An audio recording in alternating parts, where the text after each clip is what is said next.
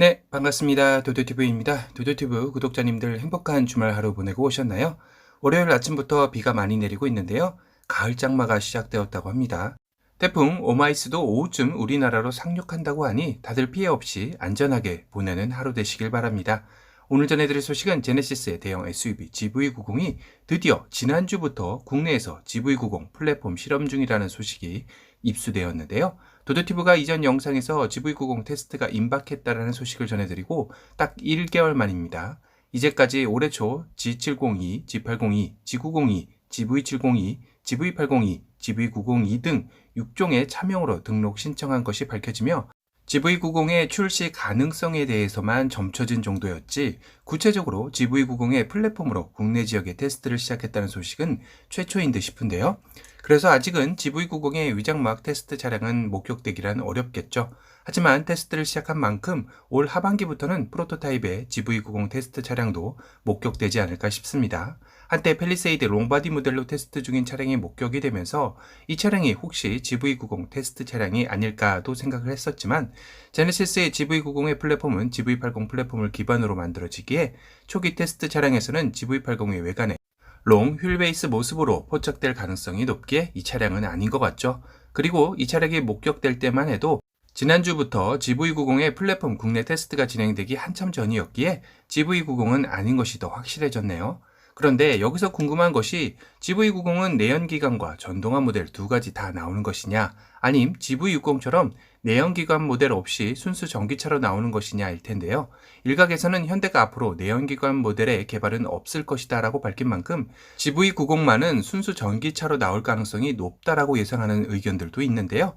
하지만 앞선 6종의 차명 등록 신청을 보면 GV90E라고 GV90에 2를 붙인 모습이죠. 그렇다면 다른 5종의 차량들처럼 일반 내연기관 모델이 존재하고 이 모델로 전기차로 나올 가능성도 배제할 수 없는 것인데요. 이번에 공개된 GV60의 경우는 순수 전기차로만 나온 만큼 GV60E 모델명이 등록이 없었던 것만 봐도 GV90은 일반 내연기관 모델과 전기차 모델 두 버전으로 나올 가능성이 높아 보입니다.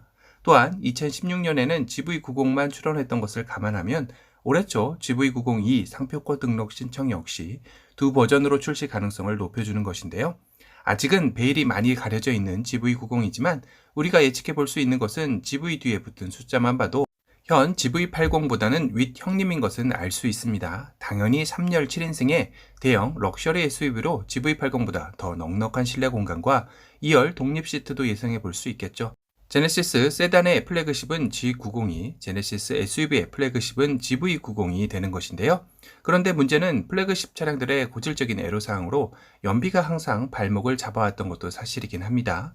어떤 이들은 플래그십 차량을 타는 정도면 연비 신경 안 쓴다 라고 하시는 분들도 계시겠지만 어느 누가 연비가 좋은 플래그십 차량과 연비가 꽝인 플래그십 차량을 선택하라고 한다면 후자를 택할지도 생각해 봐야 할 부분이겠죠. 그런 만큼 GV90의 연비도 신경 안 쓸 수가 없을 것이고 GV90E의 전기차 모델 역시 아이오닉5에서 지적되고 있는 주행 가능 거리에 대해 전혀 손 놓고 있을 리가 만무할 것 같습니다.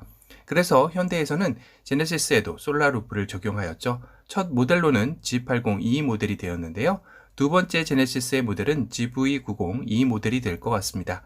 G80E 모델의 솔라루프는 연간 1000km 이상의 주행거리를 확보할 수 있다고 했는데 한 달로 따지면 83km 정도, 하루는 2.7km 정도 더 갈 수 있는 거리로 140만 원의 옵션가에 준하는 실효성에 의문이 들긴 하죠. 이처럼 현재까지 솔라루프 적용된 현대자동차의 차량들에게서 아직은 이렇다 할 효과성을 살펴보기에는 미미하기에 솔라루프의 기술 개발 역시 동반되어야 할 것이다라는 목소리도 높은 게 사실입니다. G80E 모델의 1회 충전 주행 가능 거리는 427km 정도가 나오는데요. 이 역시 아직 국내 전기차의 주행 가능 거리로 500km 이상을 넘지 못하는 것도 못내 아쉬운 대목이기도 하죠. 얼마 전 도도티브가 입수한 정보에서는 현대차에서 실주행 가능 거리가 900km 중후반대, 즉 공식 보도로는 1000km 정도로 나올 예정인 전기차가 개발을 완료했다라는 소식을 입수했는데요. 물론 그 차량이 GV90은 아닌 듯 합니다. 제네시스 세단 쪽 전기차에서 깜짝 보도가 있을 예정이라고 하는데요. 하지만 GV90 역시 시기적이나 제네시스 SUV의 플래그십을 담당하는 모델로서 현재 마이벽인 500km 이상의 주행 가는 거리가 나오지 않을까 조심스럽게 예측해 보게 됩니다. 1000km의 주행 가는 거리의 제네시스 전기차 소식도 단독으로 입수한 만큼 소식이 나오는 대로 도도티브 구독자님들에게 가장 빠르게 전달해 드리도록 하겠습니다.